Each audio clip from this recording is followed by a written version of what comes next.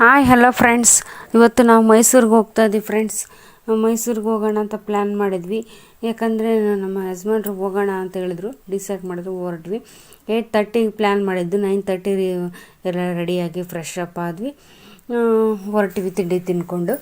ಅಲ್ಲಿ ಹೋಗೋತ್ತೆ 1 o'clock ಆಯಿತು. Snacks ಮಧ್ಯದಲ್ಲಿ ಸ್ನ್ಯಾಕ್ಸ್ ತಿನ್ಕೊಂಡು ಹೋಟೆಲ್ ಹತ್ರ ರೆಸ್ಟ್ ಮಾಡಿ ಒಂದು 5 ನಿಮಿಷ ಸ್ನ್ಯಾಕ್ಸು ಟೀ ಎಲ್ಲ ಕುಡಿದು ಜ್ಯೂಸ್ ಎಲ್ಲ ಕುಡಿದು ಹೊರಟ್ವಿ.